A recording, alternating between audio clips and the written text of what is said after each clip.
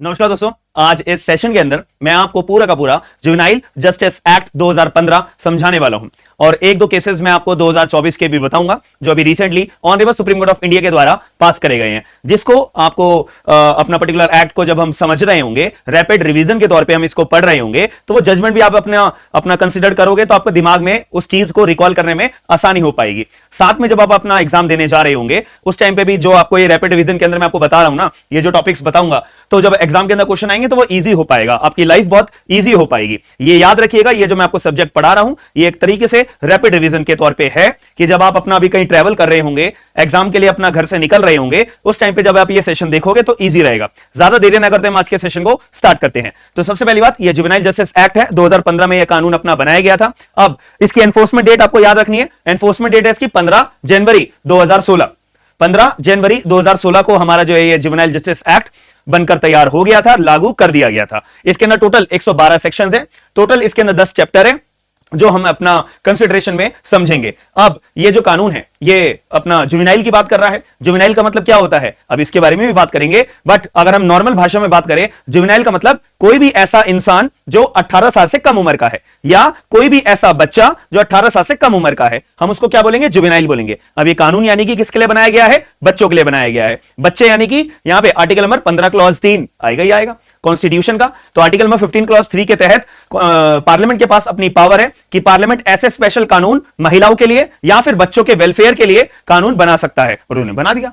ठीक है, चलिए अब इसके बारे में एक और बात याद रखनी होती है। UNCRC, United nation convention on rights of a children का यहां पे एक अपना यूनाइटेड नेशन का अपना एक कन्वेंशन था, जहां पे इंडिया भी ऐसा पार्ट था। यहां पे मेन इनकी थीम ये रखी गई थी कि हर देश अपने देश के अंदर बच्चों के लिए, बच्चों के वेलफेयर के लिए भी कानून बनाया करेगा। और इसी की वजह से UNCRC, United nation convention on rights of a child के तहत भी इसी वजह से हमने जेजे एक्ट को भी अपने देश के अंदर लागू करा था। ये बातें आपको प्रीलिम्स के लिए याद रखनी होती है। अब दूसरी बात करें, अब यहां पे हमारे को दिमाग लगाना है कि जब ये कानून हमारा बच्चों के लिए बनाया गया है तो बच्चे की भाषा, जो बच्चे की अपने एज लिमिट है, ये हमारे को क्या बता रखी है, जुवेनाइल की डेफिनेशन हमें क्या बता रखी है, इसके बारे में आपको याद होना चाहिए।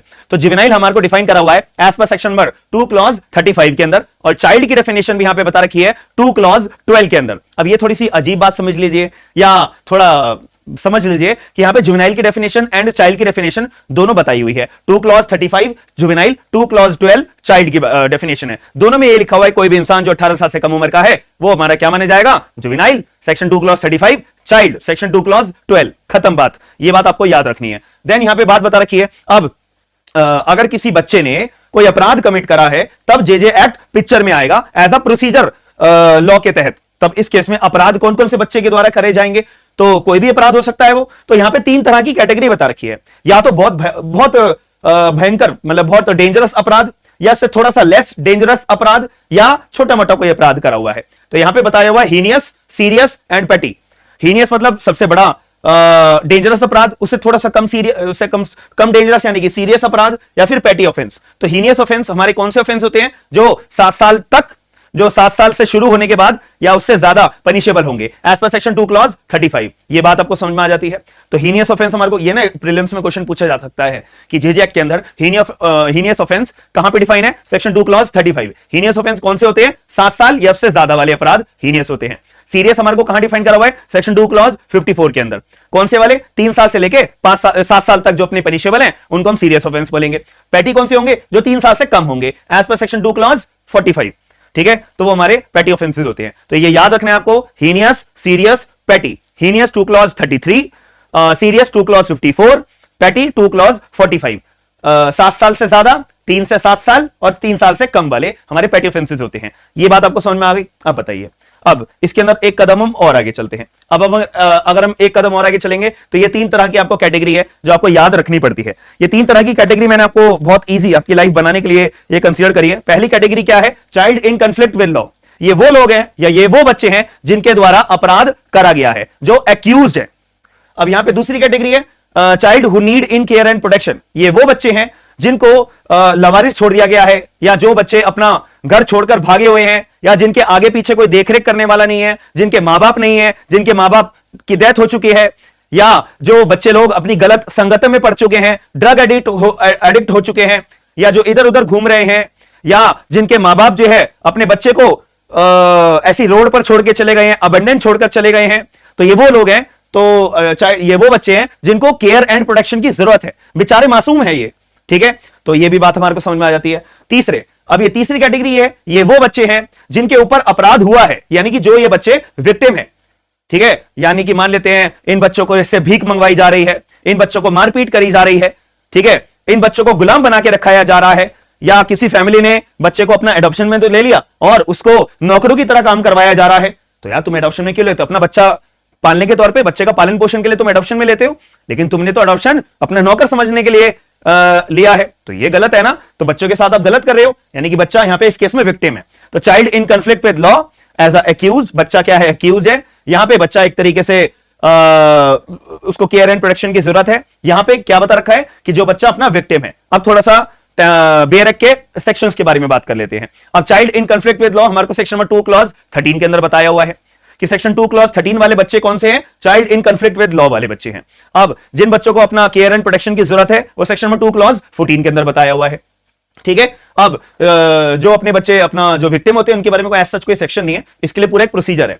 अब इसका प्रोसीजर कहां पे चलेगा? प्रोसीजर पर चलेगा सेक्शन 4 से 26 तक, और जो बच्चे अपना केयर एंड प्रोटेक्शन की नीड में सेक्शन 27 से 73 तक, और जिन बच्चों के साथ में अपना गलत हुआ है सेक्शन नंबर 74 से 89 के अंदर उनका प्रोसीजर चलेगा। अब सेक्शन नंबर 90 से 112 तक के जो हमारे सेक्शन बच गए हैं वो हमारे मिसलीनियस प्रोविजन आ जाएंगे, बात खत्म हो जाती है, हो गया हमारा पूरा जेजे एक्ट ओवर हो जाता है। बट इतना एकदम ओवर नहीं होगा, बट मैं आपको एक इजी फॉर्मेट में दिमाग में पिक्चर क्रिएट आपके दिमाग में कर रहा हूं। तो सेक्शन 4 से 26 child in conflict with law, section 2 clause 12 वाले बच्चे, फिर सेक्शन नंबर हमारा 27 से लेके अपना सेक्शन 73 तक वो वाले बच्चे जिनको केयर एंड प्रोटेक्शन की जरूरत है। तो एक यहां पे अथॉरिटी होगी जो बच्चे का पालन पोषण करेगी, बच्चों को सिखाएगी, खाना पीना देगी, उनको जीने का एक जरिया सिखाएगी, वगैरह वगैरह। अब ये वो बच्चे हैं जिनके ऊपर अपराध हो रहा था, जो बच्चों को गलत तरह से इस्तेमाल कर रहे थे, तो ये वो बच्चे हैं सेक्शन 74 से 89। अब सेक्शन 90 से 112 हमारे कौन से आ गए? मिसलीनियस प्रोविजन आ गए। यहां तक की पिक्चर आपको समझ में आ गई, ठीक है। अब मेन डामाडोल जो कहानी है वो child in conflict in law वाले बच्चों के साथ में है। सेक्शन 2 क्लॉज 12 वाले जो बच्चे हैं, जो अपराध करके आए हैं, जो एक्यूज बन चुके हैं। अब एक बात बताओ, ये जो बच्चे हैं ये अभी बच्चे हैं, कच्चा दिमाग है इनका, ठीक है, 18 साल से कम उम्र के बच्चे हैं, ठीक है। अब इस केस में जाने या अनजाने में बच्चों ने अपना अपराध करा है, तो बच्चों ने अपराध करा है तो कानून के अंदर, जेजे एक्ट के अंदर इन बच्चों को क्रूरता के तौर पे सजा नहीं दी जाएगी कि इनको फांसी पे लटका दो, इनको उम्र कैद दे दो, इनको जंजीरों से बांध के रख दो, ऐसी ऐसी सजा नहीं दी जाएगी। इनको प्यार से, इनको बहुत कम सजा दी जाएगी, वो इसके बारे में बात करेंगे।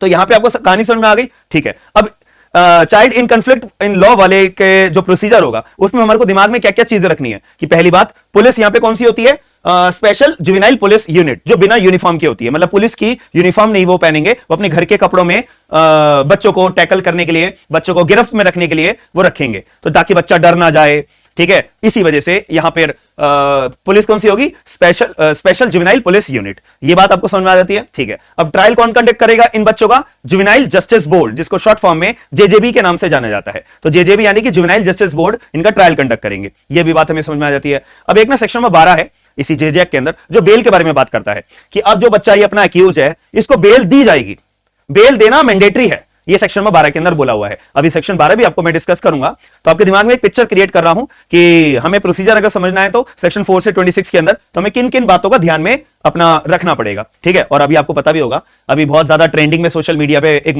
मुद्दा आया था जिसमें एक 18 साल से कम उम्र का बच्चा एक लग्जरी गाड़ी अपनी ड्राइव कर रहा था और उसने, ऐसा माना जा रहा है कि उसने ड्रिंक करते हुए जो रोड पे लोग थे उनको कुचल दिया था। अब इस केस में बच्चे का जो है अपना ट्रायल जो है कंडक्ट करा गया था जेजेबी के द्वारा, और जेजेबी के अंदर जो प्रिसाइडिंग ऑफिसर थे उनके द्वारा उस बच्चे को जो पनिशमेंट दी गई थी वो एस्से राइटिंग की दी गई थी कि भैया आपको एस्से लिख के देना है कि मैं आगे से ऐसी गलती नहीं करूंगा, मुझे बहुत पछतावा है, बस आप एस्से राइटिंग एस्से लिख के दे दो, बस खत्म बात, आप बाइज्जत बरी हो जाओगे। तो क्या ऐसा पॉसिबल है और ऐसी कौन सी सर्कमस्टांसेस होंगी जो ऐसी पनिशमेंट दी गई होगी? अभी 2024 का जो मुकदमा आया है, ठीक है, उसके बारे में आपको समझ में आता रहेगा, बट हमारा मेन जो कंटेक्स्ट है वो उस पर्टिकुलर केस के रिगार्डिंग नहीं है। हमारा मेन कंटेक्स्ट क्या है? जेजे एक्ट को समझने के बारे में है। तो वो ये वाली कैटेगरी वाला बच्चा था जिसने अपराध करा है सेक्शन 2 क्लॉज 13 के अंदर। ये बात समझ में आ जाती है आपको? बताओ एक बारी, ठीक है। चलिए अब हम एक कदम और आगे चलते हैं, ठीक है। तो हाँ, अब जेल कौन सी होगी यहाँ पे? यहाँ पे जेल जो होगी हमारी या तो रिमांड, ये ऑब्जर्वेशन होम होगा, ठीक है, या चिल्ड्रन होम होगा, जैसे जिसको नारी निकेतन वगैरह बोलते हैं ना, बच्चों को रखा जाता है यहाँ पे, तो जेल में वहां पे बंद करके रखा जाएगा। और आपके दिमाग में भी बहुत सारे डाउट आ रहे होंगे, धीरे धीरे मेरे को टाइम दो, ठीक है, सारे डाउट्स आपके क्लियर मैं करता रहूंगा, याद रखना मेरी बात, ठीक है। चलिए, कि अगर ऐसा होगा तब क्या होगा, तब बच्चे को कहां रखा जाएगा, अगर वो बच्चा ऐसा निकला तो क्या करेंगे, वगैरह वगैरह, ये सारे डाउट्स आपके हम क्लियर करेंगे। तो अभी आपको ये बोर्ड पे दिख रहा होगा, आपको अगर नोट डाउन करना है तो आप नोट डाउन कर सकते हो इस चीज को, ठीक है। चलिए, हम अब एक कदम आगे चलते हैं, ये सेक्शंस आपको याद रखने हैं, ठीक है। चलिए, अब यहां पे ये आता है कि अगर मान लेते हैं कि एक ऐसा बच्चा है, ऑब्वियसली ऐसा जुवेनाइल है जिसके द्वारा एक बहुत बड़ा अपराध कमिट करा गया है। कौन सा बड़ा अपराध, मान लेते हैं मर्डर कर दिया उसने ड्रिंक करते हुए, ड्राइविंग करते हुए सामने वाले किसी रोड पे खड़े व्यक्ति को उड़ा दिया, कुचल दिया, अपनी गाड़ी से जान से मार दिया। अब आप बताओ, मर्डर कराया ना, इन शॉर्ट उसने मर्डर कराया ना, तो ऐसे केस में क्या ये हीनियस ऑफेंस है? बिल्कुल है। 7 साल से ऊपर पनिशेबल है? बिल्कुल पनिशेबल है। तो इस केस में क्या प्रक्रिया का इस्तेमाल किया जाएगा, यह बात को हमेशा दिमाग में रखिएगा। केवल और केवल हीनियस ऑफेंसेस में, जहां पे बच्चे के द्वारा बहुत हीनियस अपराध करा गया है, बहुत डेंजरस अपराध करा गया है, उस केस में वो बच्चा क्या है, child in conflict with law है, ठीक है।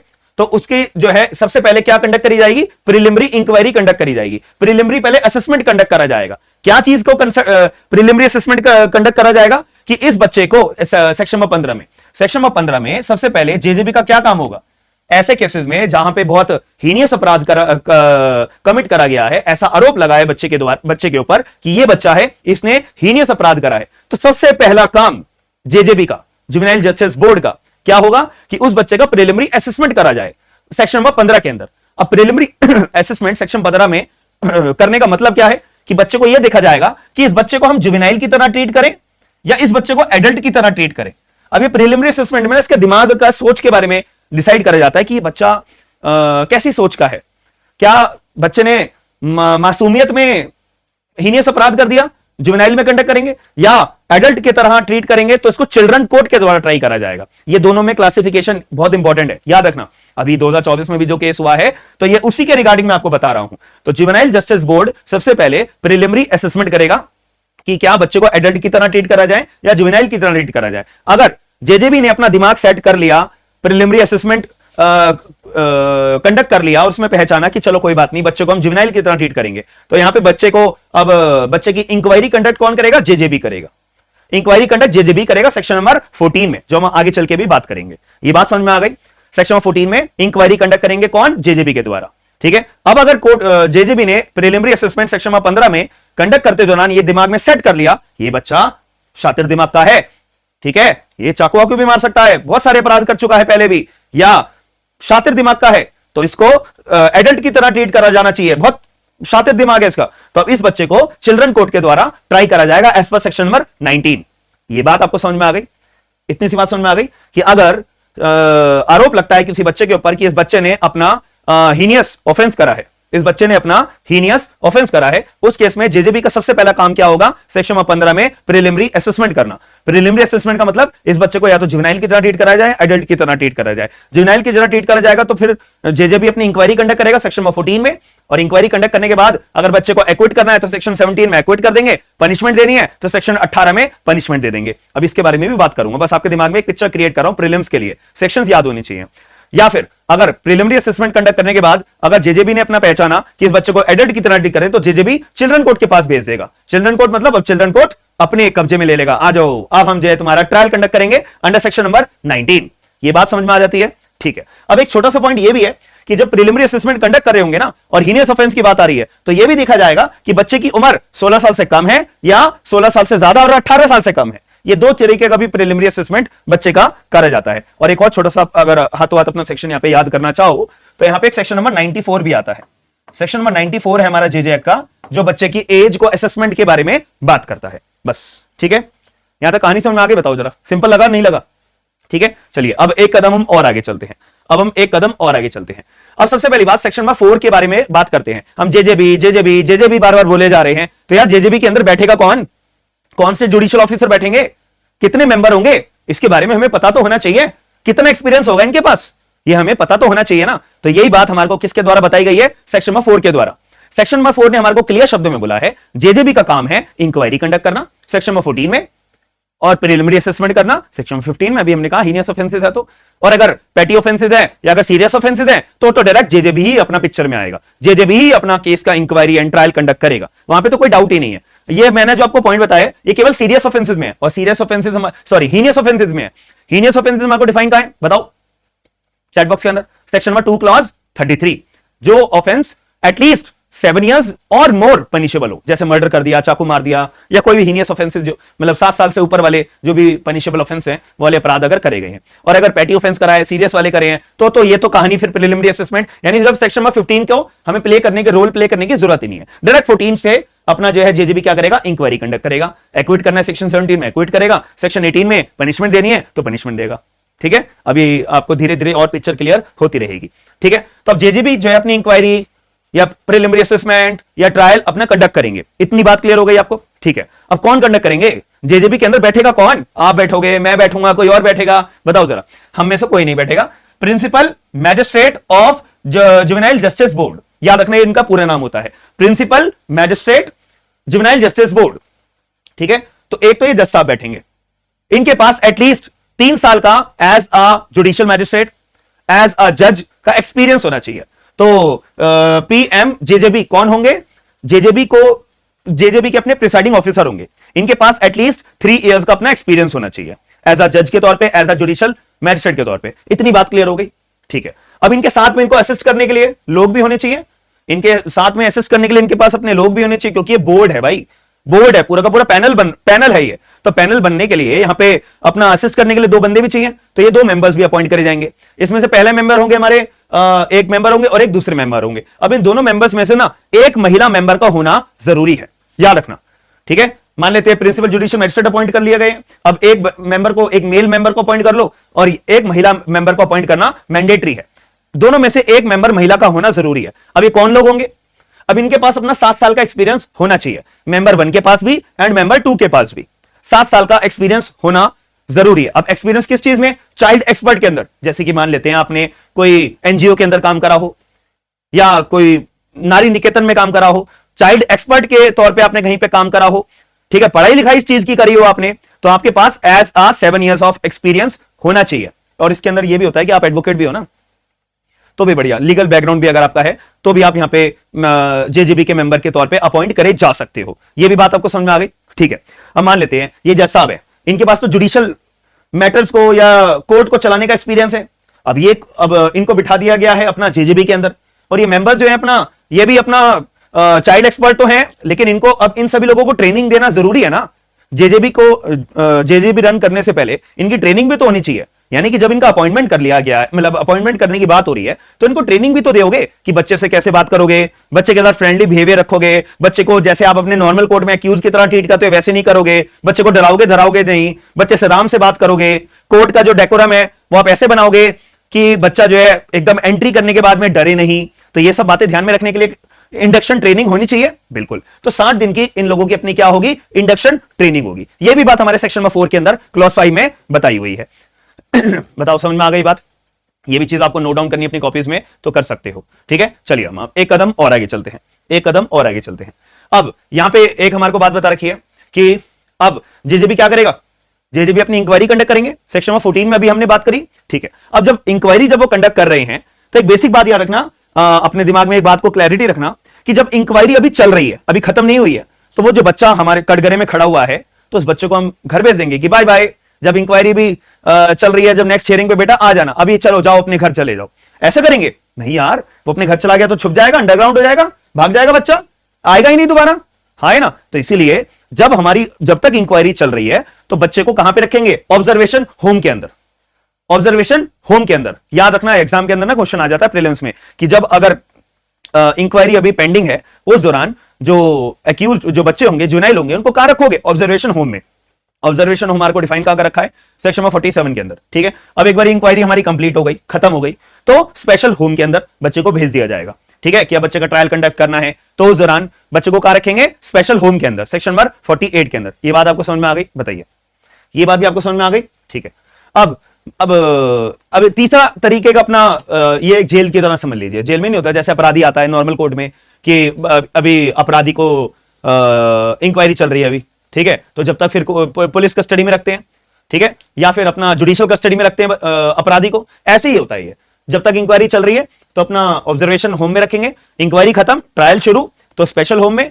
और अगर मान लेते अभी हमने क्या कहा था, प्रिलिमिनरी असेसमेंट करेगा जेजेबी हीनियस ऑफेंस में सेक्शन 15 में, तो अगर ये पाया गया कि बच्चे को एडल्ट की तरह ट्रीट करा जाएगा तो चिल्ड्रन कोर्ट अपना इंक्वायरी या ट्रायल कंडक्ट करेगा। तो अब चिल्ड्रन कोर्ट की बात आ रही है, तो चिल्ड्रन कोर्ट के पास में अगर इंक्वायरी चल रही है, ट्रायल चल रहा है, उस दौरान बच्चे को कहां रखा जाएगा, प्लेस ऑफ सेफ्टी में। या फिर बच्चा जो है अगर कॉन्फ्लिक्ट विद लॉ का अगर है, ठीक है, उस केस में भी बच्चे को कहां रखा जाएगा, प्लेस ऑफ सेफ्टी में। या फिर अगर बच्चा जो है 16 साल से ऊपर 18 साल से कम उम्र का है, तब भी बच्चे को कहां रखा जाएगा, प्लेस ऑफ सेफ्टी में। या फिर अगर बच्चा है वो अपना एक्यूज है हीनियस ऑफेंस के लिए, ठीक है, आरोप लगा हुआ है उस केस में, तो भी तो चिल्ड्रन कोर्ट के द्वारा ट्राई करेगा ही करेगा, तो तब भी बच्चे को कहां रखा जाएगा, प्लेस ऑफ सेफ्टी में, सेक्शन नंबर 50 में, सेक्शन नंबर 49 में, ठीक है। ये चीजें याद रखना, 47, 48, 49, 47 ऑब्जर्वेशन होम, 48 अपना special home, place of safety section number 49। ये चीजों को याद रखना है, हर हाल में रखना है। अगर ये चीज याद नहीं है तो सॉरी, आप गेम से आउट हो, ठीक है, आप गेम से आउट हो, गेम इन द सेंस आप एग्जामिनेशन वाले जो गोल है आपका, अब उससे रेस से बाहर हो चुके हो, दोबारा रेस चालू करनी पड़ेगी नहीं तो अपना, ठीक है। चलिए, अभी मैंने आपको एक बताया था कि अभी क्लास के स्टार्टिंग में कि यहां पे बेल तो देनी ही पड़ेगी, हर हाल में बेल देनी पड़ेगी, बिना बेल दिया तो काम चलेगा ही नहीं, ठीक है। तो जब यहां पे हम बेल की बात कर रहे हैं, ठीक है, जब हम यहां पे बेल की बात कर रहे हैं तो सेक्शन नंबर 12 यहां पे डील करता है। तो आपसे एग्जाम में क्वेश्चन आएगा कि क्या यहां पे सेक्शन नंबर 12 हमारा कौन सा ऐसा सेक्शन है जो जुवेनाइल्स के बेल्स के बारे में बात करता है, सेक्शन नंबर 12। अब एक पहले से मैं आपको एक डाउट क्लियर कर देता हूं, ये बेल की बात है तो ये एंटीसिपेटरी बेल की बात नहीं है, ये रेगुलर बेल्स की बात होती है, समझ में आई। तो आपके दिमाग में क्वेश्चन आएगा कि क्या sir anticipatory bail juvenile demand कर सकता है, क्या यहां पे एंटीसिपेटरी बेल जुवेनाइल्स को ग्रांट करी जा सकती है? इसके रिगार्डिंग हमारा जेजे एक्ट कुछ नहीं बोलता है, कोई प्रोविजन नहीं है। हाई कोर्ट्स का अपना अलग अलग व्यू है, कुछ हाई कोर्ट्स कहते हैं ग्रांट कर दो, कोई दिक्कत नहीं है, कुछ हाई कोर्ट्स कहते हैं नहीं नहीं नहीं, जब प्रोविजन नहीं है तो ग्रांट कैसे कर दो, नहीं करेंगे हम तो, ठीक है। तो अभी लड़ाई झगड़ा चल रहा है, सुप्रीम कोर्ट ऑफ इंडिया के सामने भी अभी ये क्वेश्चन कंसिडरेशन में है। Supreme court will also consider this question and deliver its judgement as soon as possible. अभी तक कोई क्लियर कट इसका जवाब नहीं आया है। कुछ हाईकोर्ट के द्वारा ये माना जाता है कि हाँ एंटीसिपेटरी बेल दे दो, कुछ हाईकोर्ट कहते हैं नहीं नहीं नहीं, जब प्रोविजन नहीं है तो कैसे दे दे, हम नहीं देंगे। समझ में आ गई मेरी बात, ये बात याद रखना। अब आ जाते हैं अपने मुद्दे की बात के ऊपर। सेक्शन नंबर 12 हमारा बेल के बारे में बात करता है, तो ये मैंने कहानी के रूप में आपको बहुत सिंपल तरीके से बताया हुआ है, भूलना मत, दिमाग में क्लैरिफाई रखना, सीधी सी बात है। देखो, अब कोई बच्चा है, ठीक है, उसके ऊपर आरोप है उसने कोई ना कोई अपराध करा है, कोई ना कोई अपराध, यानी कि तीन तरह का में से कोई, तीनों में से कोई एक अपराध करा होगा, या तो अपना हीनियस वाला सेक्शन 2 क्लॉज 33, या तो सीरियस वाला सेक्शन नंबर 2 क्लॉज 54, या तो अपना पेटी वाला सेक्शन 2 क्लॉज 45, ठीक है। 7 साल से ज्यादा, 3 से 7 साल या 3 साल से कम। अब या तो वो बेलेबल अपराध करा होगा बच्चे ने, या तो नॉन बेलेबल अपराध करा होगा बच्चे ने, ठीक है। चलो, अब इनमें से तो कोई डाउट नहीं है। अब वो बच्चे को कैद करके रखा होगा। अब यहां पे याद रखना, पूरे जेजे एक्ट में ना अरेस्ट नाम का शब्द इस्तेमाल नहीं करा हुआ है, अरेस्ट की जगह यहां पे वर्ड इस्तेमाल करा हुआ है एप्रीहेंड, ठीक है। तो पुलिस ने एप्रीहेंड करके रखा है, बच्चे को पकड़ के रखा हुआ है, डिटेन करके रखा हुआ है। अब ये पुलिस भी कौन सी होगी, special juvenile police unit, class के स्टार्टिंग में आपको बताया था मैंने, ठीक है। तो अब ये जो बच्चे को पुलिस ने पकड़ के रखा हुआ है, तो हमारे सीआरपीसी सेक्शन में 436 आ जाएगा, 437 आ जाएगा, 439 आ जाएगा, जो रेगुलर बेल को ग्रांट करने के लिए बात करते हैं, ठीक है। और इनफैक्ट 167 क्लॉज 2 सीआरपीसी का ये भी कहता है ना कि अगर इन्वेस्टिगेशन 60 दिन के अंदर अंदर पूरी नहीं हुई है, 90 दिन के अंदर अंदर नहीं हुई है, तो ऐसे केस में भी डिफॉल्ट बेल ग्रांट हो जाएगी। यहां पे ऐसा कुछ नहीं है। तो यहां पे एक बात बोल रखी है, सीआरपीसी भाड़ में जाए, ठीक है। नॉट स्टैंडिंग का मतलब होता है कि जो सीआरपीसी के अंदर लिखा है उसको छोड़ दो, उसके सीआरपीसी में जो बेल्स के प्रोविजंस हमें लिखे हुए हैं हम उसको अपने जेजे एक्ट के अंदर अप्लाई नहीं करेंगे। तो not standing contain under the CrPC, उसको साइड में रखो, ठीक है। बिना सीआरपीसी की बात हम ना मानते हुए, जो भी ये बच्चा है जिसके ऊपर आरोप है, जिसने बेलेबल या नॉन बेलेबल ऑफेंस करा है, उस बच्चे को हम क्या करेंगे, बेल पे रिहा करेंगे करेंगे करेंगे। यानी कि जेजेबी जो है बेल पे रिहा करेगा करेगा करेगा, विद श्योरिटी या विदाउट श्योरिटी के तौर पे, ठीक है। इतनी बात क्लियर हो गई। अब यहां पे कुछ ना कुछ ऐसे हालात पैदा हो सकते हैं कि अगर कोर्ट जेजेबी को लगता है कि यार इसको मैंने अगर बेल पे रिहा कर दिया तो गलत हो जाएगा, ठीक है। तो ऐसी पॉसिबिलिटी है, बिल्कुल है। तो क्या बेल डिनाई करी जा सकती है, बिल्कुल करी जा सकती है। बट यहां पे एक मैंडेटरी बात लगा रखी है सेक्शन नंबर 12 के अंदर। यहां पे सेक्शन नंबर 12 में मैंडेटरी बोला हुआ है कि अगर जेजेबी के द्वारा बेल डिनाई करी जाती है ना, तो यहां पे जेजेबी की यहां पे ड्यूटी है कि वो रीजन देगी कि आखिर ऐसे कैसे क्या हालात सामने आए जो आपने बेल ग्रांट करने से मना कर दिया, बेल डिनाई कर दी, ठीक है। तो क्या हालात हो सकते हैं? सबसे पहली बात, अगर जेजेबी को यहां पे लगता है कि अगर मैंने इस बच्चे को बेल ग्रांट कर दी, ये बच्चा भागा भागा जाएगा अपने अदर क्रिमिनल मेंबर्स के साथ एसोसिएट होके और सारे अपराध करने लगेगा और अपराध करने लगेगा, ठीक है, और बिगड़ जाएगा। तो इससे बेहतर है ना कि इसको अंदर ही रखो, सुधरने के लिए इसको अंदर ही रखो। अच्छे मतलब एक सही थोड़ा सा कम बिगड़े हुए माहौल में तो कम रहेगा ना, ठीक है, पहला पॉइंट। दूसरा पॉइंट कि अगर मैंने इसको बेल दे दी तो इसका मेंटल, फिजिकल और साइकोलॉजिकल जो टॉर्चर बहुत होगा, इसका मेंटल इसका दिमागी तौर पे संतुलन बिगड़ सकता है, बीमार हो सकता है, लोग इसको जान से मार सकते हैं। जैसे आपने निर्भया का केस पढ़ा था, उसमें एक जो एक्यूज था वो जुवेनाइल था। अब आप बताओ, अगर जेजेबी उस जुवेनाइल को जो कि एक्यूज था उसको जो है बेल दे देते, तो आपको नहीं लगता कि जैसे वो बेल पे बाहर आता तो भारत की जनता उसको जान से मार देती? तो ऐसे केस में उसको जेजेबी को बेल डिनाई करना जरूरी है ना? बिल्कुल जरूरी है, ठीक है, कि ताकि लोग जो है कानून जो अपने हाथ में ना ले। अब वो भले ही सही बात हो या गलत बात हो, बट कानून अपने हाथ में लेना वो कानून की नजर में गलत है, ठीक है, भले वो मॉरली, एथिकली वो कुछ भी हो, सही हो या गलत हो, लीगली वो गलत है। समझ में आ गई मेरी बात? चलो, ये बात हमारे को समझ में आ जाती है। अब इस केस में अब बेल डिनाई कर दिया तो कहां पे भेजेंगे? अब अगर इंक्वायरी अभी पेंडिंग है तो ऑब्जर्वेशन होम में, सेक्शन 47 में, और अगर इंक्वायरी अगर हमारी खत्म हो चुकी है, ट्रायल शुरू होने वाला है, तो स्पेशल होम में, और अगर हीनियस ऑफेंस वाला है, child in conflict with law वाला है, या 18 साल से ऊपर 16 साल से ऊपर 18 साल से कम वाला है, तो प्लेस ऑफ सेफ्टी में, सेक्शन 49 में। समझ में आ गई मेरी बात? चलो, ये बात भी हमारे को समझ में आ जाती है। अब ये बेल का आपको कभी भूलोगे तो नहीं ना, ये बात को भूलोगे तो नहीं, और भूलना भी मत। अगर आप भूलोगे तो बहुत डांट खाओगे, याद रखना, ठीक है। चलो, अब एक कदम और आगे चलते हैं। अब ना ये सबसे बड़ा कंफ्यूजन वाले पार्ट है, बट ये बहुत सिंपल है, बहुत सिंपल है। ये आप एज अ एडवोकेट के तौर पे, एज अ जुडिशियल ऑफिसर के तौर पे, as a principal magistrate of JJB के तौर पे, as a member of JJB के तौर पे इसको ऐसे समझ लो कि आप बताओ कि भाई जेजे एक्ट का केस चालू कैसे होगा। ये मैंने कहानी के रूप में आपको समझाया हुआ है, ठीक है। देखो, सबसे पहली बात मैं आपको स्टार्टिंग से लेकर एंड तक की सारी कहानी बता देता हूं। क्या हुआ, ए नाम का व्यक्ति था जो कि एक बच्चा था, ठीक है, एक ए नाम का व्यक्ति था जो कि एक बच्चा था। ए नाम के व्यक्ति ने बच्चे के रूप में किसी के जेब में हाथ डाला पर्स निकालने के लिए। पुलिस ने उसे पकड़ लिया। पुलिस ने पकड़ लिया कि बच्चे चोरी कर रहे हो, चलो आ जाओ। तो यानी कि पुलिस ने ए नाम के व्यक्ति को एप्रीहेंड कर लिया। कौन से चार्ज में? थेफ्ट के चार्ज में, ठीक है। तो इस केस में पुलिस वाले तो ए नाम के व्यक्ति को एज ए नॉर्मल पर्सन के तौर पे देख रहे हैं। बच्चा तो देख नहीं रहे कि बच्चा है, बूढ़ा है, बड़ा है, छोटा है, ठीक है। ये ना देखते हुए पुलिस वाले ने आईपीसी का ऑफेंस लगा के सेक्शन 379 का चार्ज लगाते हुए बच्चे को, ए नाम के व्यक्ति को अरेस्ट कर लिया।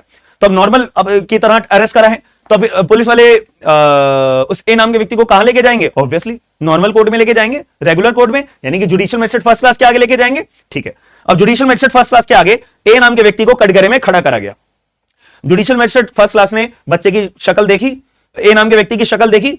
जज साहब को लगा, अरे ये तो यार बच्चा सा लग रहा है, क्या ये बच्चा है, ठीक है। या फिर जज साहब को लगा कि यार अब मेरे को पहले इसकी एज को डिटरमाइन करना है, क्या ये एक्चुअल में बच्चा है या नहीं है। या फिर ए नाम का व्यक्ति खुद जज साहब के सामने बोल सकता है कि जज साहब एक मिनट, आप जो है मेरा ट्रायल नहीं चला सकते हो। क्यों? मैं तो जुवेनाइल हूं, मैं तो 18 साल से कम उम्र का हूं, और मैंने आयुष सर की क्लास पढ़ी थी, और उसमें उन्होंने बताया था कि अगर 18 साल से कम उम्र के बच्चे की उम्र है और वह एक्यूज है तो उसका ट्रायल नॉर्मल कोर्ट में, रेगुलर कोर्ट में, जुडिशियल मजिस्ट्रेट के आगे नहीं चल सकता है, जेजेबी के सामने चलेगा। तो जुडिशियल मजिस्ट्रेट फर्स्ट क्लास कहने लगे, हाँ सही तो कह रहे हो बेटा, तुम बेटा सही तो कह रहे हो। तो यहां पे अब जुडिशियल मजिस्ट्रेट फर्स्ट क्लास या तो बच्चे के मां बाप को बुला लेंगे, या बच्चे के 10वीं के मार्कशीट या कुछ भी असेसमेंट करेंगे कि हाँ ये डिटरमाइन करने के लिए, अपनी ओपिनियन को फॉर्म करने के लिए कि ये बच्चा जो है एक्चुअल में ए नाम का व्यक्ति जो है बच्चा है या नहीं है। अब अगर ओपिनियन अपनी फॉर्म कर दिया तो जुडिशियल मजिस्ट्रेट फर्स्ट क्लास क्या बोलेंगे कि सॉरी पुलिस, मैं इस ए नाम के व्यक्ति का ट्रायल नहीं चला सकता, इंक्वायरी नहीं चला सकता, और मैं ऑथराइज्ड कानून के तहत नहीं हूं, इसको आप जेजेबी के सामने ले जाओ। तो जुडिशियल मजिस्ट्रेट फर्स्ट क्लास क्या करेंगे? ऑर्डर कर देंगे, जाओ इसे जेजेबी के सामने पेश किया जाए, ठीक है। चलो जी, अब जेजेबी का रोल प्ले आ गया। अब जेजेबी के आगे लेके बच्चे को, ए नाम के व्यक्ति को अब तो बच्चा ही बोलूंगा या जुवेनाइल बोलूंगा। अब थेफ्ट क्या है बताओ? पेटी ऑफेंस है, सीरियस ऑफेंस है, या हीनियस ऑफेंस है? एक बात तो क्लियर है, हीनियस ऑफेंस तो ये है नहीं। सेक्शन 15 में प्रिलिमिनरी असेसमेंट करने की तो जरूरत है नहीं। इंक्वायरी होगा, ट्रायल होगा, वो किसके सामने कंडक्ट करा जाएगा? जेजेबी के द्वारा कंडक्ट करा जाएगा। ये बातें तो आपको क्लियर हो गई। तो सेक्शन 14 में नॉर्मल तरीके से जैसे इंक्वायरी होती है, ट्रायल होता है, वो चलाया जाएगा। ये बात आपको क्लियर हो गई। क्योंकि हीनेस अपराध नहीं है। चोरी के अंदर आप मैक्सिमम कितनी सजा है, 379 के अंदर 3 साल की सजा है। तो ये या तो पेटी ऑफेंस में आएगा या ये अपना सीरियस ऑफेंस में आएगा। ठीक है, सेक्शन बताओ पेटी ऑफेंस का कौन सा था और सीरियस ऑफेंस का कौन सा था। सीरियस में था सेक्शन 2 क्लॉज 54, पेटी ऑफेंस में सेक्शन 2 क्लॉज 45। ठीक है, ये चीजें याद रखना प्रीलिम्स के लिए। गलती बच्चे लोग यहीं पे कर जाते हैं, फिर कहते हैं कि भाई हम तो पढ़ के तो गए थे और हुआ नहीं भाई हमारा। ठीक है, चलो तो अब यहाँ पे इंक्वायरी कंडक्ट होगी सेक्शन नंबर 14 के अंदर। अब यहाँ पे ना एक टाइम लिमिट बता रखी है। अब मैं जेजेबी का अपना जज साहब हूं, principal magistrate of JJB, PM JJB. ठीक है, मैं प्रिंसिपल मैजिस्ट्रेट हूं, तो मैं क्या इंक्वायरी अपना 10 साल तक कंडक्ट करता रहूं, 20 साल तक कंडक्ट करता रहूं? मेरे पे कोई बाउंडेशन तो होनी चाहिए ना। हाँ जी, सेक्शन नंबर 14 ने बोला है देखो भैया 4 महीने के अंदर अंदर आपकी इंक्वायरी कंप्लीट हो जानी चाहिए। ठीक है, और अगर 4 महीने के अंदर अंदर इंक्वायरी कंडक्ट नहीं होती, चलो कोई बात नहीं, 2 महीने और ले लो, तो 2 महीने का टाइम पीरियड और एक्सटेंड किया जा सकता है। तो 4 + 2 = 6 मंथ्स। तो 6 महीने में जेजेबी क्या करेगा, अपनी इंक्वायरी कंडक्ट कर लेगा। ठीक है, इंक्वायरी कंडक्ट करने के बाद ट्रायल कंडक्ट करेंगे। ट्रायल में क्या होगा, या तो जेजेबी ए नाम के व्यक्ति को एक्विट कर देंगे या पनिशमेंट देंगे। सेक्शन 18 की बात मैं करूंगा अभी, पनिशमेंट में क्या क्या दिया जा सकता है। जैसे हमने अभी 2024 का जैसे अभी मामला आया था, तो बच्चे ने गाड़ी से उड़ा दिया था, तो उसमें जेजेबी ने क्या पनिशमेंट पास करी, एसे राइटिंग की। ऐसी होती है पनिशमेंट कि झाड़ू पोछा करोगे, ठीक है, दान पुण्य करोगे, ठीक है, अपनी मेहनत की कम, अभी तुम कहीं पे जॉब वगैरह करोगे या कोई काम करोगे, झाड़ू पोछा करोगे, इसके तुम्हारे को 1 हफ्ते के 100 रुपए मिलेंगे और उस 100 रुपए में से 80 रुपए तुम गरीब लोगों को खाना खिलाओगे, कम्युनिटी सर्विस वाली सजा दे दी, स्कूल जाओगे, ठीक है, पूजा पाठ करोगे, दान पुण्य करोगे, लड़ाई झगड़ा नहीं करोगे और अपने मान लेते हैं 2-4 भगवान की किताबें पढ़ोगे। ये सब सजाएं होती है, समझ आ गई मेरी बात। ठीक है, ऐसे राइटिंग करोगे, ऐसे लिख के आओगे और एक ड्राइंग बनाओगे। ठीक है, ऐसे तरह की हमारी सजाएं होती हैं, समझ में आ गई मेरी बात। ठीक है, तो थोड़ा सा गौर समझ लेना। चलो अब एक कदम और आगे चलते हैं। अब अगर मान लेते हैं कि अगर ए नाम के व्यक्ति ने चोरी का अपराध ना करके कोई हीनियस ऑफेंस करा होता, ठीक है, हीनियस ऑफेंस करा होता, तो यहां पे सेक्शन 15 में प्रिलिमिनरी असेसमेंट यहां पे कंडक्ट किया जाता। तो प्रिलिमिनरी असेसमेंट करने के बाद भी एक जुगाड़ होता है, जैसे मैंने आपको बताया प्रिलिमिनरी असेसमेंट होता है तो जेजेबी के पास अधिकार होता है या तो बच्चे को जुवेनाइल की तरह ट्रीट करे या एडल्ट की तरह ट्रीट करे। अगर जुवेनाइल की तरह ट्रीट कर लिया तो कहानी वही आ गई फिर। तो जैसे भी 2024 में यही तो हुआ था, जो भी हुआ, तो बच्चे को जुवेनाइल की तरह ट्रीट करा और उसको पनिशमेंट सेक्शन 18 के अंदर ऐसे राइटिंग की दे दी। बच्चे ने अपराध बहुत हीनियस वाला करा, तब भी प्रिलिमिनरी असेसमेंट में यह प्रूव कर दिया कि बच्चे को जो है एज अ जुवेनाइल ट्रीट करा जाए, एज अ एडल्ट ट्रीट ना करा जाए। अगर एडल्ट ट्रीट करते तो चिल्ड्रन कोर्ट की तरफ चले जाता। चिल्ड्रन कोर्ट डेथ की और एलआई की सजा के बगैर बाकी कोई भी 10 साल की जेल दे देती, ठीक है, और सारी सजा दे सकती थी। तो यही तो होता है, बस यही बात है। ठीक है, और प्रैक्टिकली आपको समझ में आ गया कि जेजेबी के द्वारा ऐसे राइटिंग की सजा जो दी गई है वो क्यों दी गई है। लीगली अगर हम बात करें तो सही है कि जो फैक्ट्स एंड सर्कमस्टांसेस जेजेबी के सामने आए उन तथ्यों को ध्यान में रखते हुए जेजेबी ने अपनी सजा पास कर दी। ठीक है, समझ में आई मेरी बात या नहीं आई? लीगली अगर हम बात करें तो सही करा है उन्होंने, कोई गलत नहीं करा।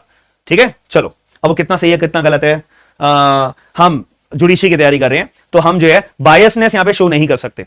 ठीक है, और ये एक डिबेटेबल टॉपिक है, तो लेजिस्लेचर्स हैं डिबेटेबल अपना टॉपिक्स को रेज करने के लिए, पॉलिटिशियंस हैं, अदर न्यूज चैनल्स हैं, ये अपना डिबेटेबल टॉपिक वहां पे होता है। हम हैं ऑफिसर रैंक के, हम हैं जुडिशियल ऑफिसर, तो हमारे को यहाँ पे इन सारी बातों से थोड़ा सा एक अलग माइंडसेट अपना रखना पड़ेगा। कानून क्या कहता है, हमारा लॉ क्या कहता है, हमारे को उसी पे स्टेक रह के अपना डिसीजंस देने पड़ते हैं, याद रखना मेरी बात। ठीक है,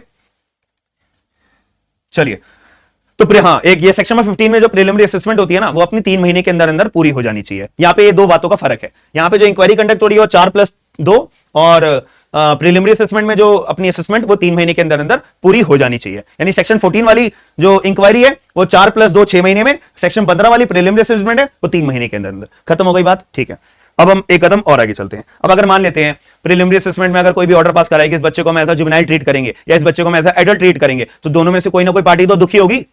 ठीक है, तो उस दुखी होगी तो अपील फाइल होगी। अपील कहां फाइल होगी? कोर्ट ऑफ सेशन के अंदर। अब यहां पे आप अगर सेक्शन नंबर 101 क्लॉज 2 एक बार चेक करो, सेक्शन नंबर 101 क्लॉज 2 चेक करो, वहां पे इसके अपील के बारे में बात करी हुई है। ठीक है, कि अपील फाइल होगी कोर्ट ऑफ सेशन में, लेकिन वहां पे टाइम लिमिट नहीं बताया हुआ कि भाई जो सेक्शन नंबर 15 का ऑर्डर जेजेबी ने अपना प्रिलिमिनरी असेसमेंट का ऑर्डर पास करा है, उसकी अपील अगर आपको फाइल करनी है तो कोर्ट ऑफ सेशन में इसकी अपील जाएगी एज पर सेक्शन 101 क्लॉज 2। लेकिन कितने दिन में जाएगी ये टाइम लिमिट नहीं बताई हुई है। इसके ऊपर बहुत ज्यादा मारामारी थी और बहुत लड़ाई झगड़े हुए थे। यानी कि जजमेंट्स बहुत सारे आए थे। तो यहां पे सुप्रीम कोर्ट ऑफ इंडिया ने 2024 में क्लियर कट अपना जजमेंट के अंदर यह बोल दिया गया है कि सेक्शन नंबर 15 के अंदर अगर प्रिलिमिनरी असेसमेंट करी जाती है और ऑर्डर पास करा जाता है जेजेबी के द्वारा, उसकी अपील जो है फाइल करी जाएगी वो कोर्ट ऑफ सेशन में। ये तो प्रोवाइडेड है, लेकिन कितने दिन में? 30 डेज के अंदर अंदर। ये हमारा केस का नाम है child in conflict with law through mother versus state of Karnataka and another 2024 supreme court of India. ये जजमेंट आपको याद रखना है, child in conflict with law through mother versus, क्योंकि यहां पे ना नाम डिस्क्लोज नहीं कराया था। अगर इसका सेक्शन में 74 पढ़ोगे ना, सेक्शन में 74 पढ़ोगे जेजे एक्ट का, तो सेक्शन 74 में बताया हुआ है कि कभी भी बच्चे का नाम डिस्क्लोज नहीं करोगे, नहीं करोगे, नहीं करोगे। ठीक है, बच्चे की आइडेंटिटी डिस्क्लोज नहीं करोगे, नहीं करोगे, नहीं करोगे, इसलिए बच्चे का नाम नहीं लिखा हुआ है यहाँ पे। ठीक है, क्लियर हो गई बात? तो यहाँ पे लिखा child in conflict with law, child in conflict with law मतलब एक्यूज होगा ये। ठीक है, versus state of Karnataka and 2024 supreme court. Am I clear? ठीक है, अब अगर जेजेबी ने अपना प्रिलिमिनरी असेसमेंट कर लिया, उसमें पहचाना है तो जुवेनाइल कितना ट्रीट करेंगे, तो इंक्वायरी कंडक्ट होगी। सेक्शन 17 में एक्विटल, 18 में पनिशमेंट। पनिशमेंट मैंने आपको बता दी है, अभी दोबारा बताऊंगा। एडेड की तरह चिल्ड्रन कोर्ट अपना ट्रायल कंडक्ट करेंगे, तो सेक्शन नंबर 21 आता है। सेक्शन नंबर 21 हमारे को एक बात कहता है कि जो बच्चा है ना, आप उसको डेथ सेंटेंस नहीं दोगे, आप उस बच्चे को लाइफ इंप्रिजनमेंट नहीं दोगे, इसके अलावा जो मर्जी देनी है सजा वो दे दो। चिल्ड्रन कोर्ट सेक्शन 19 के अंदर जब आप अपना इंक्वायरी ट्रायल कंडक्ट करोगे ना, तो चिल्ड्रन कोर्ट आपको जो ठीक लगे वो सजा दो, बट बेचारे को डेथ मत देना, बेचारे को एलआई मत देना। ठीक है, ये बात को याद रखना है आपको। ठीक है, क्लियर हो गई बात? अगर नोट डाउन करना है तो आप कर लो, मैं थोड़ा साइड हो जाता हूं। ठीक है, चलिए अब जो पनिशमेंट होती है अपना सेक्शन नंबर 18 में जेजेबी के द्वारा, आप एक बार बेर एक्ट अपना ओपन करो, मैं आपको बेर एक्ट के अंदर ये बता देता हूं। सेक्शन नंबर 18 आप अपना निकालिए। ठीक है, सेक्शन नंबर 18 आप अपना निकालिए, उसमें पनिशमेंट्स के बारे में बताया हुआ है कि जैसे कि आप जो है बच्चे को एडवाइस वगैरह देके, डांट वाट के कि अगली बार से मत करना।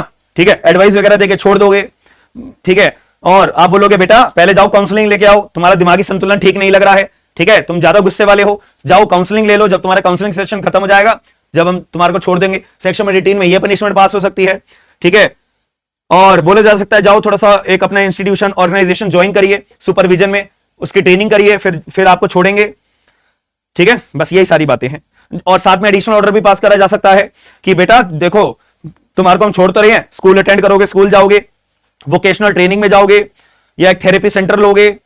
ठीक है, या अगर तुम ड्रग एडिक्ट हो तो डी एडिक्शन सेंटर तुम जो है प्रोग्राम अपना ज्वाइन करोगे, उसके रिपोर्ट हमारे को भेजते रहोगे। एज अ पनिशमेंट के रूप में हम तुम्हारे पर ये पनिशमेंट पास कर सकते हैं। और साथ में एक trending punishment essay writing, essay writing लिख के दोगे, अगली बार से मैं ऐसा नहीं करूंगा, नहीं करूंगा, नहीं करूंगा, ये 1000 बार लिख के आओगे। ठीक है, ये सब पनिशमेंट भी अपनी पास करी जा सकती है। क्लियर हो गई मेरी बात या नहीं हुई? बताओ जरा। ठीक है, ये बात मेरी क्लियर हो गई या नहीं हुई? चलिए, अब ट्रायल कंडक्ट होता है हमारा सेक्शन में, ट्रायल जो चिल्ड्रन कोर्ट के द्वारा ट्रायल कंडक्ट करा जाता है सेक्शन में 19 में कंडक्ट करा जाता है। सेक्शन 21 हमारा एक सिंपल सी बात क्या कहता है? सेक्शन 21 कहता है कि भाई देखो चिल्ड्रन कोर्ट आपको ट्रायल कंडक्ट करना है, करो, कोई मना ही नहीं है, बट बेचारे को डेथ मत देना, बेचारे को लाइफ इंप्रिजनमेंट मत देना। ये बात याद हो गई? ठीक है, ये बात आपको याद हो गई? ठीक है, चलो बस यहां तक का हमारा होता है child in conflict with law. Section 4 से लेकर 26 मैंने आपको ये कहानी सारी की सारी बता दी है। अब इसके बाद की कहानी बहुत सिंपल सी है जो मैं आपको अभी बताऊंगा। ठीक है, जो मैं आपको अभी बताऊंगा। ठीक है, अब मैं थोड़ा सा आपको एक चीज बता देता हूं कि अब जब अपना यहाँ पे चिल्ड्रन कोर्ट के द्वारा जो अपना ट्रायल कंडक्ट करा जाता है ना, ये कैसे कंडक्ट करा जाता है, अब मैं आपको थोड़ा सा ओरली बता देता हूं।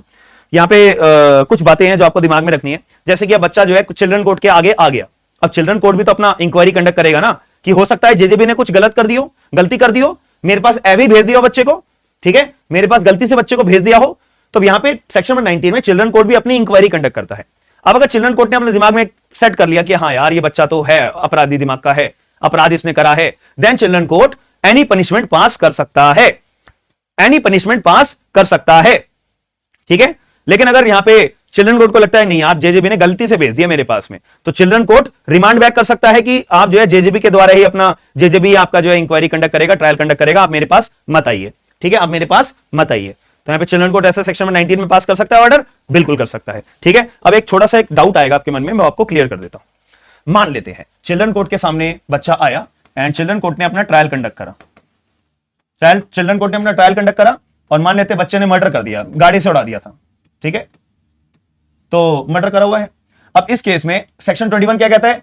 बच्चे को डेथ तो आप दे नहीं सकते, लाइफ इंप्रिजनमेंट दे नहीं सकते। मान लेते हैं सारे फैक्ट्स एंड सर्कमस्टांसेस को ध्यान में रखते हुए चिल्ड्रन कोर्ट ने 10 साल की सजा दे दी। अब ये 10 साल की सजा कैसे अपनी कहां पे काटी जाएगी, जेल में, नॉर्मल जेल में कहां पे काटी जाएगी? देखो अभी हमने क्या कहा था, एक section number 49 place of safety की बात करी थी, ठीक है। अब यहां पे 10 साल काटने हैं, तो 10 साल में याद रखना पहले के 3 साल वो अपने कहां काटेगा, प्लेस ऑफ सेफ्टी में, या फिर until the attaining the age of 21 years. जब तक बच्चा 21 साल तक नहीं हो जाएगा, जब तक बच्चा जो है अपना कहां पे अपना टाइम पीरियड काटेगा, प्लेस ऑफ सेफ्टी में, या फिर 3 साल जो भी अपना पहली चीज आएगी। ये तो पहले 21 साल के हो गए तो भैया 21 साल तक आप काट के बस प्लेस ऑफ सेफ्टी में काटोगे, या फिर 3 साल। फिर उसके बाद जो बाकी बची हुई 7 ईयर्स की सजा है वो अपनी नॉर्मल जेल में काटोगे आप,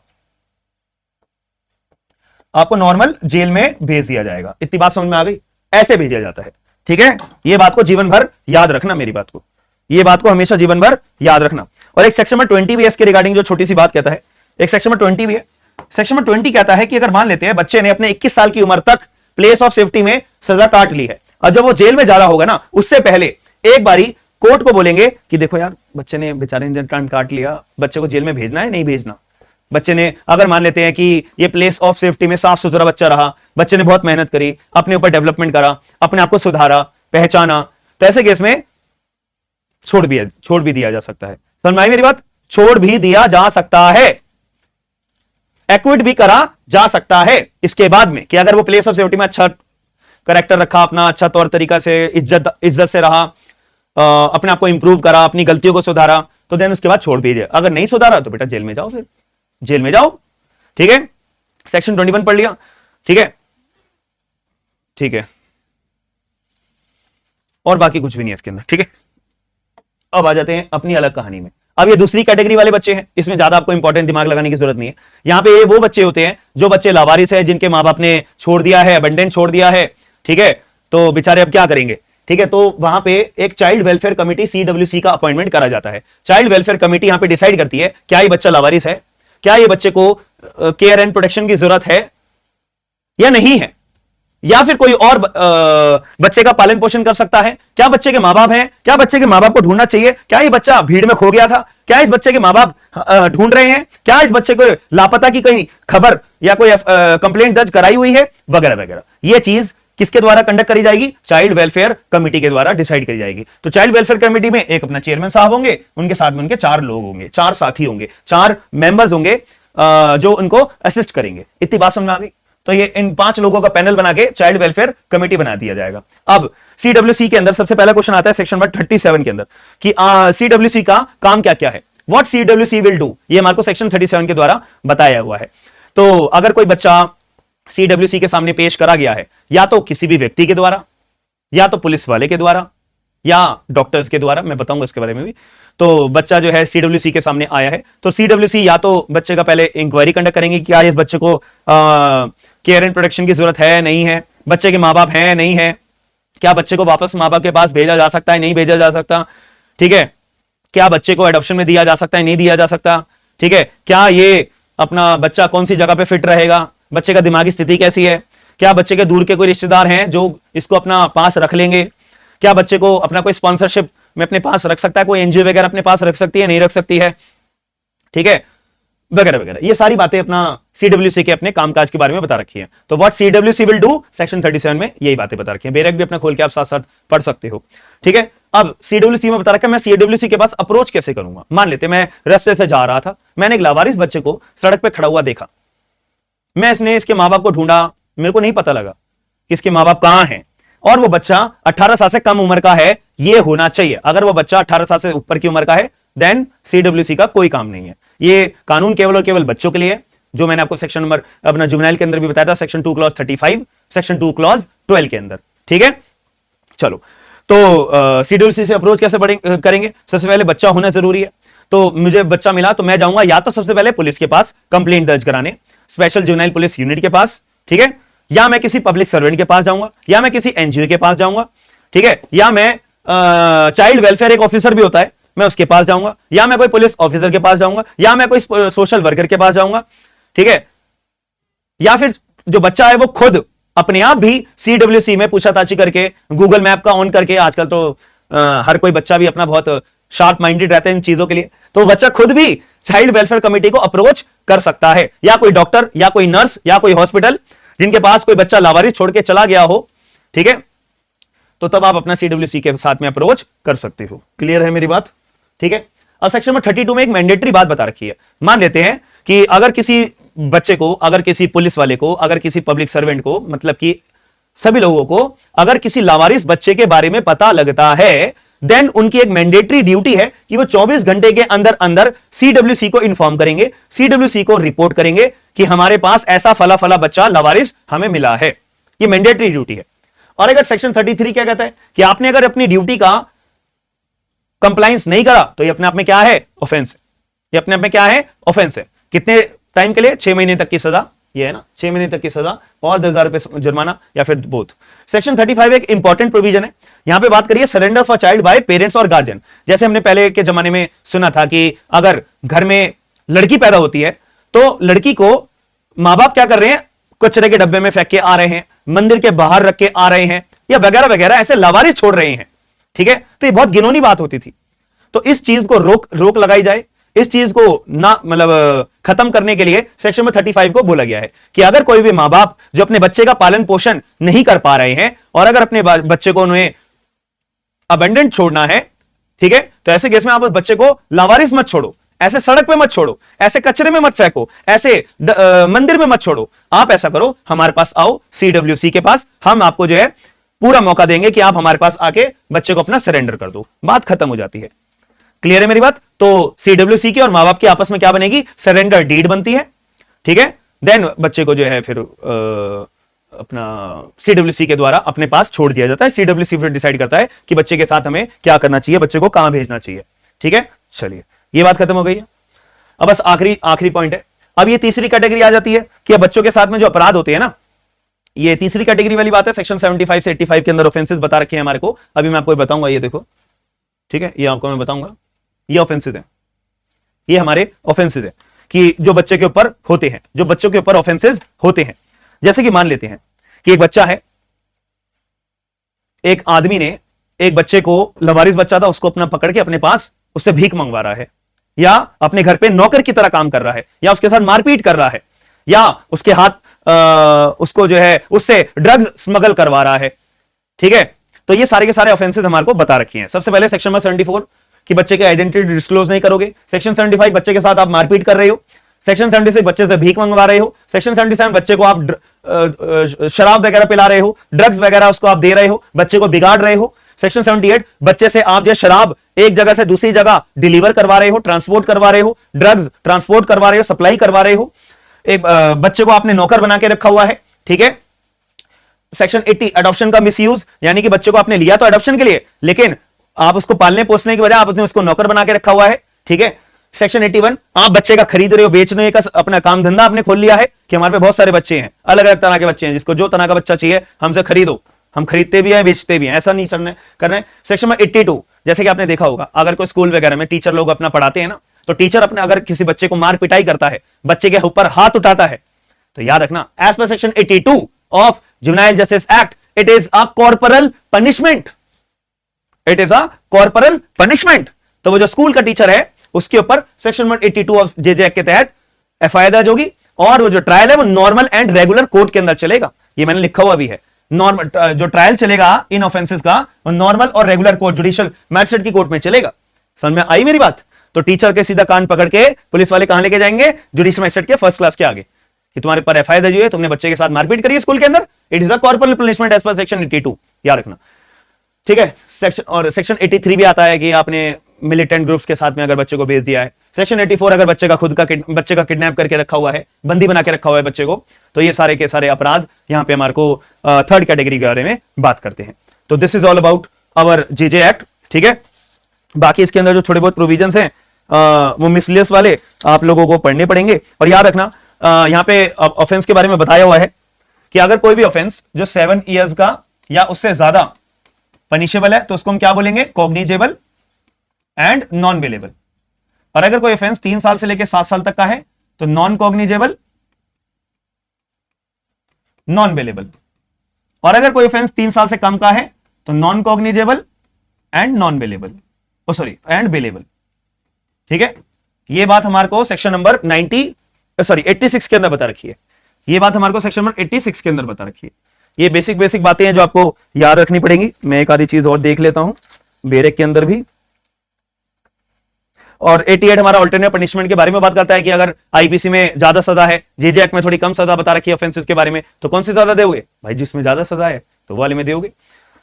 ठीक है, सेक्शन 90 बात करता है कि जब जेजेबी या चिल्ड्रन कोर्ट अपने इंक्वायरी कंडक्ट कर रहा होगा, ट्रायल कंडक्ट कर रहा होगा, तो बच्चों को डिस्पेंस कर सकते हैं कि उनकी प्रेजेंस की जरूरत नहीं है। सेक्शन 92 कहता है, ठीक है, और सेक्शन 90 कहता है कि मां बाप का प्रेजेंस होना जरूरी है। सेक्शन 92 कहता है अगर बच्चा बीमार है तो बच्चे को डॉक्टर का ट्रीटमेंट कराओगे। सेक्शन 93 कहता है अगर बच्चा ड्रग एडिक्ट है, ठीक है, या किसी चीज का एडिक्ट है तो मेडिकल ट्रीटमेंट उसका करवाया जाएगा।